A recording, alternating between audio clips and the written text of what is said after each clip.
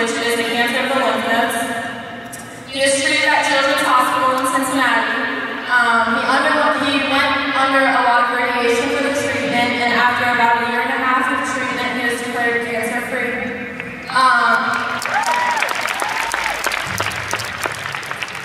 So that was about 30 years ago. So fast forward 30 years ago to October 2011. My world was changed. My dad was diagnosed with glioblastoma, which is a brain tumor. It was on his brainstem, making it inoperable. So the only option was a lot of chemotherapy treatments for about 9 months.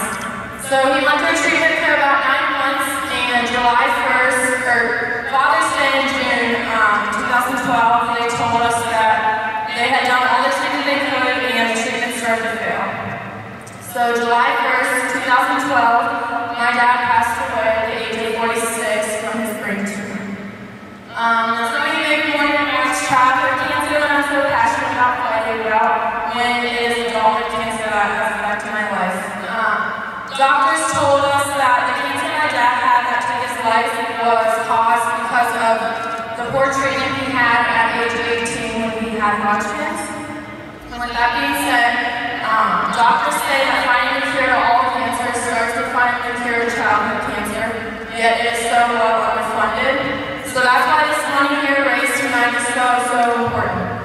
With events like this and the money fundraised here, I hope that one day our kids won't be so familiar with this horrible disease that we call cancer.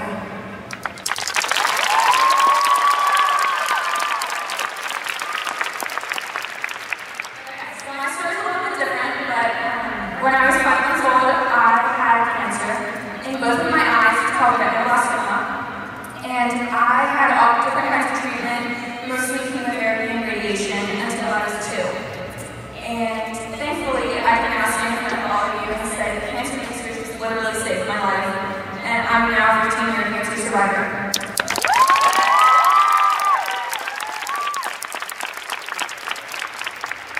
So that's honestly why I'm so passionate about this event and this cause, because I know far too many people who have faced cancer and have not been nearly as lucky as I am. So I pretty much made it my personal mission along with my family to work until we put ourselves out of business and until everybody's cancer-free.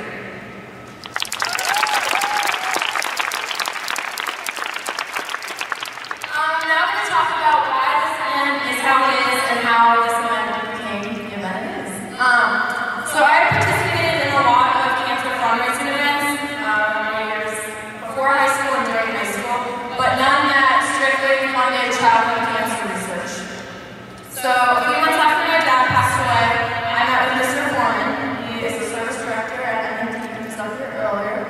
And with the help of Mr. Foreman, a few other student leaders, cancer-free kids, and a few other non-profit organizations in Cincinnati, as well as a bunch of adults, we created this event for the fight.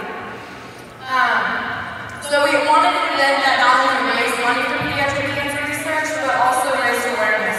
So that's why we have guest speakers here, awareness activities, and something that's different from this event and other events are the booths that are set up in the concourse. So the Panting Beautiful Links, the Need a Match, which is they'll swab your chain to see if you match anyone who needs a bone marrow transplant. And so these events, we hope that you all will donate to them, but not only donate to them, also learn something from them and spread awareness of how much really cancer patients go through with not only the treatment, but all the background work. So another thing that makes this event really cool is we noticed that a lot of people just went to events like this at fundraisers just because their events were dying, and when they left, they didn't really know why they were doing it. So like I said, we have a lot of awareness speakers and different stuff that we share with you so that you know exactly where the money goes and why you're here. So I'm going to share a little bit about that with you right now. So this event benefits a nonprofit organization called Cancer-Free Kids. And all they do all year is raise money through events like this, and then get it all away at the end of the year. And they give it away in the form of grants. Sorry. They give it away in the form of grants.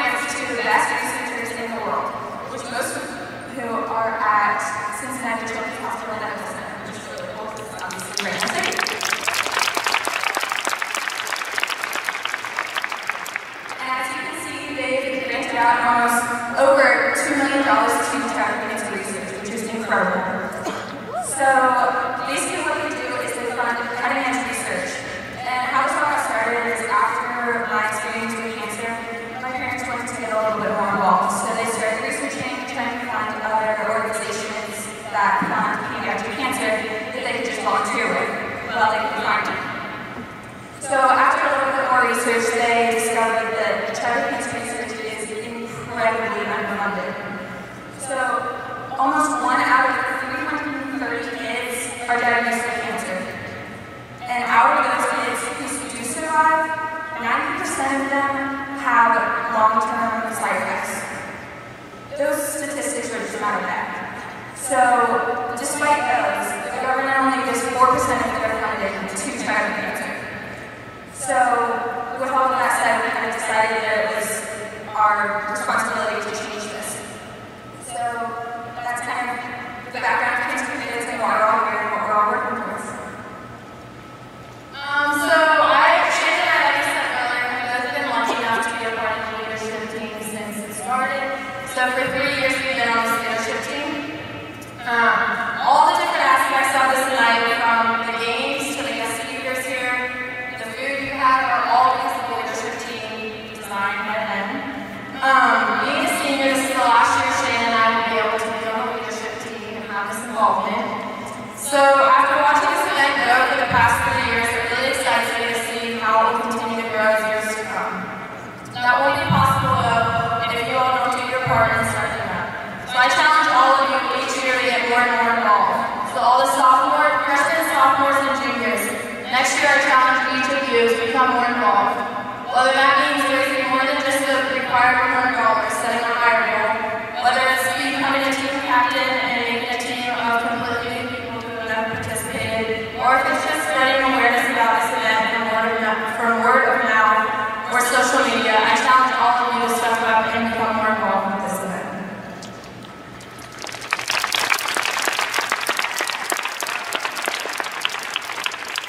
Another really great way to get involved is to actually be on the leadership team. So these lovely people over here are the leadership team.